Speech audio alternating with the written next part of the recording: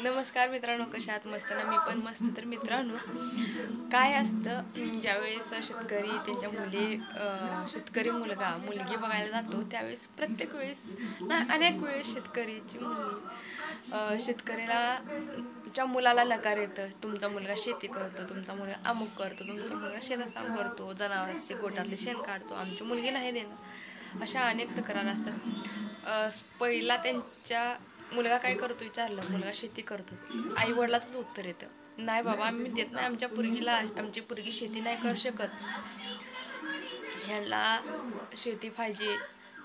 शेती किती आहे विचारणार, शेती अमुक अमुक आहे, घर आहे, गाडी आहे, घरात सगळं समोर आहे, पण मुलगा शेती करतो म्हणलं की नाही देणार. आणि तुमची मुलगी एखाद्या छपरीसोबत पण गेलेलं हे तुम्हाला पटतं, पण आमचा मुलीला आम्ही शेतकरी सोबत देणार नाही. तुम्हाला मुलगा शिकलेला सवरलेला पाहिजे. तर मित्रांनो, तुम्हाला एकच गोष्ट सांगायचं, शेतकरी मुलगी का द्यायचं, तर थोडक्यात सांगते. मी पण शेतकरी आहे, माझे आई वडील शेतकरी होते. तर मित्रांनो, काय असतं,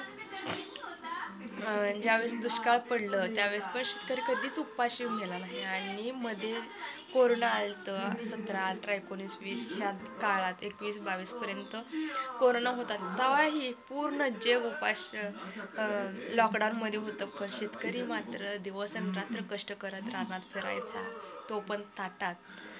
सगळ्यांना पोट भरण्यासाठी धडपड करत होता, सगळ्यांचं पोट. अरे, आपण जे कमवतो, काय करतो, ते सगळं आपल्या पोटासाठी. आणि तुम्हाला एक गोष्ट दाखवते, स्वयंपाक करताना केले आहे मी म्हणजे आजच नाही, रोजच आमच्यात तेवढं स्वयंपाक बनवला जातो. फक्त आमच्या घरात माणसं आहेत 3 जण, आणि 3 माणसासाठी किती स्वयंपाक बनवतो तुम्हाला मी दाखवते. कारण आमच्यात एखादा माणूस आला तर तो कधीही उपाशी जात नाही, कधीही अर्ध्या पोटाने जात नाही. आला म्हणलं की पोट गच्च भरून जेवण जातो. चला मी तुम्हाला दाखवते सगळं स्वयंपाक खोलीत काय काय बनवलं आहे आणि किती बघूया. आम्ही तिघांना लय झालं तर 10-12 चपात्या म्हणजे 10-12पेक्षा पण 7-8 चपात्या पुरेश होतात. पण आम्ही पूर्ण दुरडी भरून असतं आमच्यात स्वयंपाक रोज. कारण घरी कोण आलेलं उपाशी मरत नाही. फक्त एवढ्यासाठी मुली द्यायचं, आपली मुलगी कधीच उपाशी राहणार नाही. चला तुम्हाला दाखव. मित्रांनो बघा, आता मी स्वयंपाक केलेला आहे. हे बघू शकता की दुरडीमध्ये इतके भाकरं. आम्ही फक्त 3 माणसात तुम्हाला आता सांगितलं व्हिडिओमध्ये पूर्ण दुरडी भरून आहे. कारण की जर आम्ही जेवायला बसलो किंवा आम्हाला कामाला आमच्यात जी माणसं येतात ते पोट भरून जेवून जातात. इथे मी भेंडीचं कालवण करत आहे चुलीवरती मस्त असे, आणि इथं आमटी बनवलेलं आहे वांग्याचं. तेवढंच तर काही तुम्हाला दाखवते थोडा वेळ थांबा. इथे या कढईत आहे रानभाजी, मस्त अशी तांदळाची रानभाजी बनवलेली आहे. आता एवढं सगळं कशाला, तर मित्रांनो, कधी आम्ही उपाशी राहत नाही. आणि किंवा आमच्या घरला कोणी एखादा माणूस आला तोही उपाशी राहत नाही. नेमकं घरात कामाला जरी आलेल्या माणूस जरी जाता जाता आलं की आम्ही त्यांना मस्त पोट भरून खाऊ घालतो.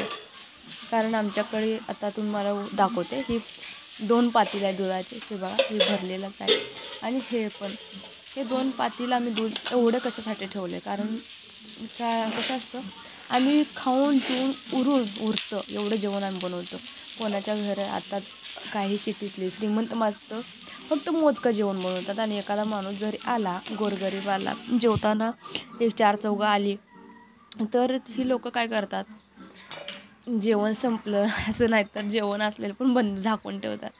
पण आमचं तसं नसतं. 4 चौघं जरी आमच्या घरात आली मस्त, तर आम्ही मस्त असे सगळेजण पंगत बसून जेवण पुरून उरतं तेवढं आमचं जेवण शिल्लक असतं. फक्त आमच्या घरात 3 जण आहेत असताना पण एवढं